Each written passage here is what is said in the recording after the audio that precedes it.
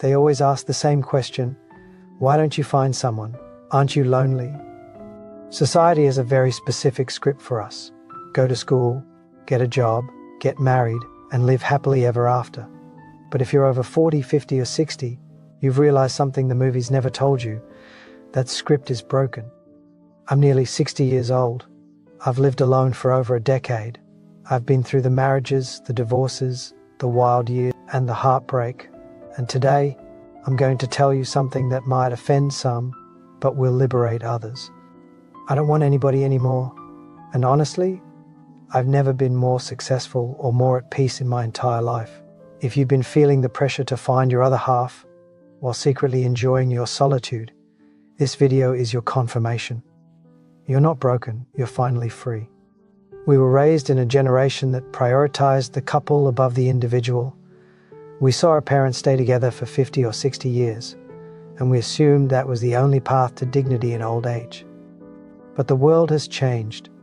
In the past, people stayed together out of necessity, or because social stigma made divorce unthinkable.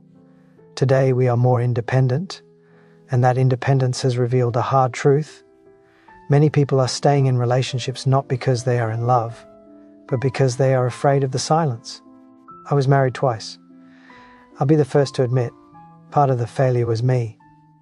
I worked night shifts, the ultimate relationship killer.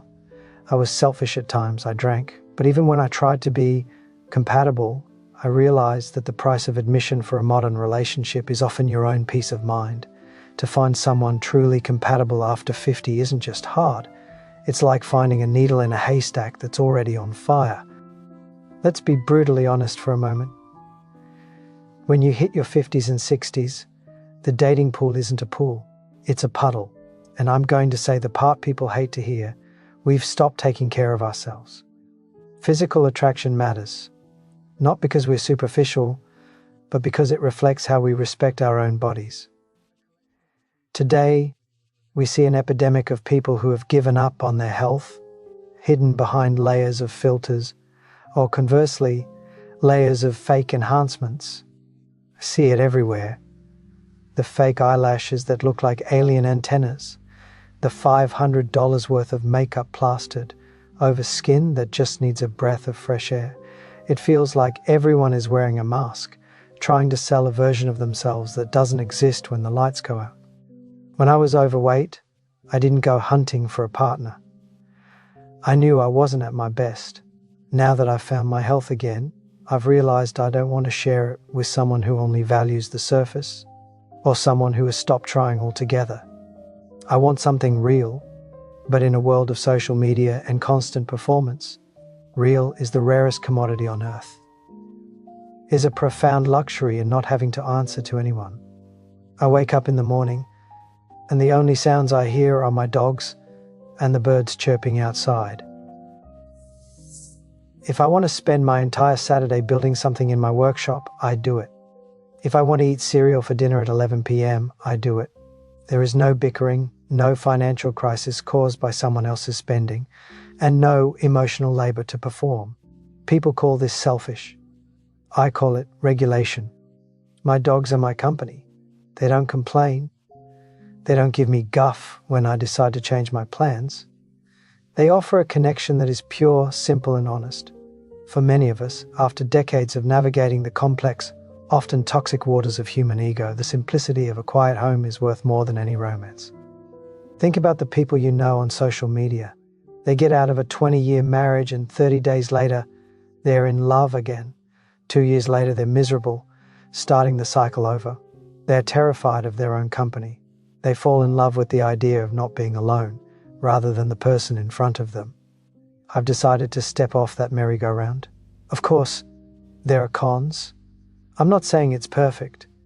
Sometimes I'm lifting something heavy or cutting wood, and I think it would be nice to have someone to hold the other end of this board.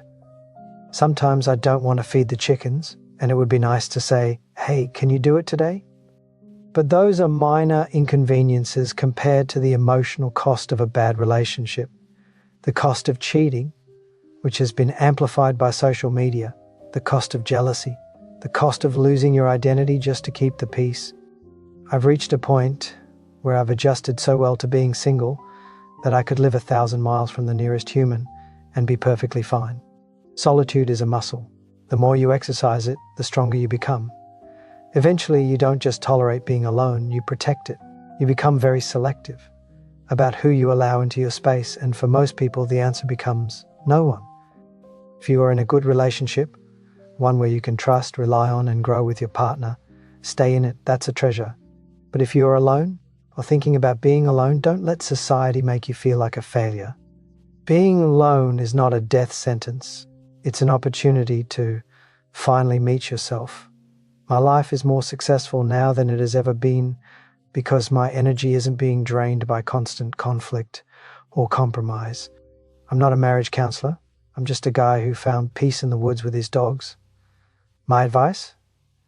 Don't settle for company just to avoid solitude, because there is nothing lonelier than being with the wrong person.